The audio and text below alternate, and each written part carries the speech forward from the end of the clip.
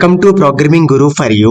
ఈ వీడియోలో server side data ఎలా స్టోర్ చేయాలో మీకు ఎక్స్ప్లెయిన్ చేస్తున్నా.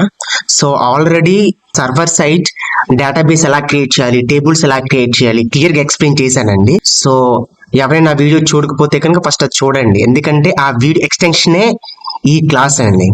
ఓకే, మనం లాస్ట్ క్లాస్ లో BSE4 and BCA1 and BCA5 ఇలా డిఫరెంట్ టైప్స్ ఆఫ్ డేటాబేస్ మనం క్రియేట్ చేసుకున్నాం. ఓకే, ఇప్పుడు ఈ BSE4 తీసుకుంటే కనుక ఈ BSE4 లో ఓకే చూడండి ఒక టేబుల్ క్రియేట్ చేసుకున్నాను. ఓకే, MPC స్టూడెంట్స్ అని చెప్పి ఇది లాస్ట్ క్లాస్ లో నేను ఎక్స్ప్లెయిన్ చేశాను. రైట్, దీని మీద క్లిక్ చేయండి. క్లిక్ చేస్తే కనుక ఇక్కడ student number, student name and student fees and department number అని చెప్పి డిఫరెంట్ టైప్ ఆఫ్ ఎంటిటీస్ మాత్రమే నేను క్రియేట్ చేసుకున్నాను, కానీ డేటా నేను తీసుకోలే. ఇప్పుడు ఈ వీడియోలో అసలు టేబుల్లో అసలు డేటాని ఎలా ఇన్సర్ట్ చేసుకోవాలి, ఓకే ఎలా తీసుకోవాలో ఇప్పుడు ఎక్స్ప్లెయిన్ చేస్తాను. సో చూడండి, ఒకసారి కోడ్ నేను ఓపెన్ చేస్తున్నా. సర్వర్ సైడ్ ఓకే ఆ డేటాని ఎలా ఇన్సర్ట్ చేయాలి దానికి సంబంధించి కోడ్ ఇది. సో ఒకసారి దీన్ని ఇదంతా కూడా సెలెక్ట్ చేసి ఓకే వేరే నోట్ ప్యాడ్ లో తీసుకుంటున్నా. ఇక్కడ చూడండి, ఫస్ట్ నేను ఇక్కడ కోడ్ క్లియర్ గా మీరు అబ్జర్వ్ చేస్తే so server name by default local host ని మెన్షన్ చేయండి, యూజర్ నేమ్ రూట్ అని మెన్షన్ చేయండి అండ్ పాస్వర్డ్ ఎంటీ. ఇక్కడ డేటాబేస్ నేమ్ మీరు మెన్షన్ చేయాలి, అంటే ఏ డేటాబేస్ లో మీరు డేటా స్టోర్ చేయాలనుకుంటున్నారో ఆ డేటాబేస్ నేమ్ మెన్షన్ చేయాలి. సో BSE4, ఈ BSE4 లో డేటా నేను స్టోర్ చేయాలనుకుంటున్నాను కదా, అందుకని ఆ డేటాబేస్ నేమ్ మీరు మెన్షన్ చేయాలి. ఒకసారి చూడండి, ఇక్కడ BSE4 ఉంది కదా, సో ఈ BSE4 డేటాబేస్ రైట్. ఈ డేటాబేస్ లో చూడండి టేబుల్ తీసుకున్నా, MPC students in table right. ఇందులో డిఫరెంట్ టైప్ ఆఫ్ ఎంటిటీస్ ఉన్నాయి చూడండి. Okay, student number, student name, student fees and department number. So ఇవి నేను ఫిల్ చేయాలి ఇప్పుడు, అందుకని ఇక్కడ డేటాబేస్ నేమ్ BSE4 అని మెన్షన్ చేయాలి. టేబుల్ నేమ్ ఏంటంటే ఇక్కడ MPCS స్టూడెంట్, ఎలా ఉందో సేమ్ అలానే టైప్ చేయాలి. చూడండి, ఇక్కడ నేను ఆల్రెడీ టైప్ చేశాను. Insert into okay MPCS _ student. చూడండి, ఇదేమో టేబుల్ నేమ్ అండి, ఇది ఓకే ఇది టేబుల్ నేమ్, ఇదేమో డేటాబేస్ నేమ్. అండ్ ఇక్కడ different type of attributes entities మీరు డిఫైన్ చేయాల్సిందే. ఇక్కడ first student number, so student number లో ఇక్కడ నేను 1 తీసుకున్నా చూడండి 1.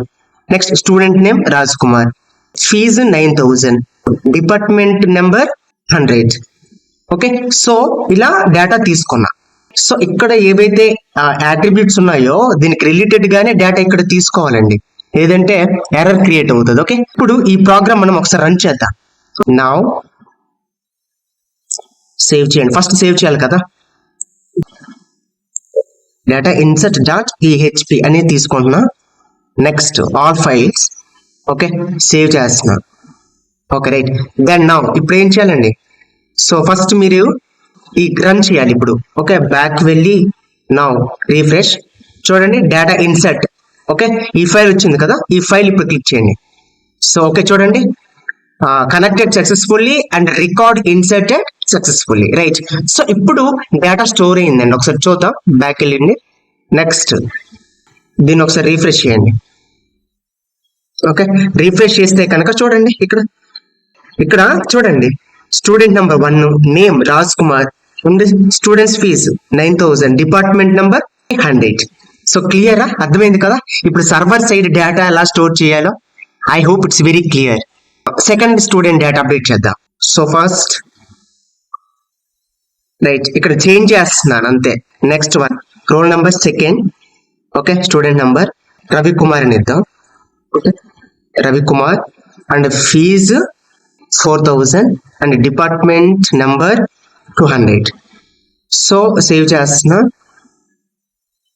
సో ఒకసారి మళ్ళీ రన్ చేయాలి. ఓకే ఇందులోకి వెళ్ళి రన్ చేయాలి, బ్యాక్ వెళ్ళి రీఫ్రెష్ చేయండి. సో మళ్ళీ అగైన్ నెక్స్ట్ సర్వర్కి వెళ్ళండి, సర్వర్కి వెళ్ళి మళ్ళీ రీఫ్రెష్ చేయండి. ఓకే చూడండి డౌన్లో మళ్ళీ 2 Ravikumar and 4000 and 200. Okay I hope it's very clear.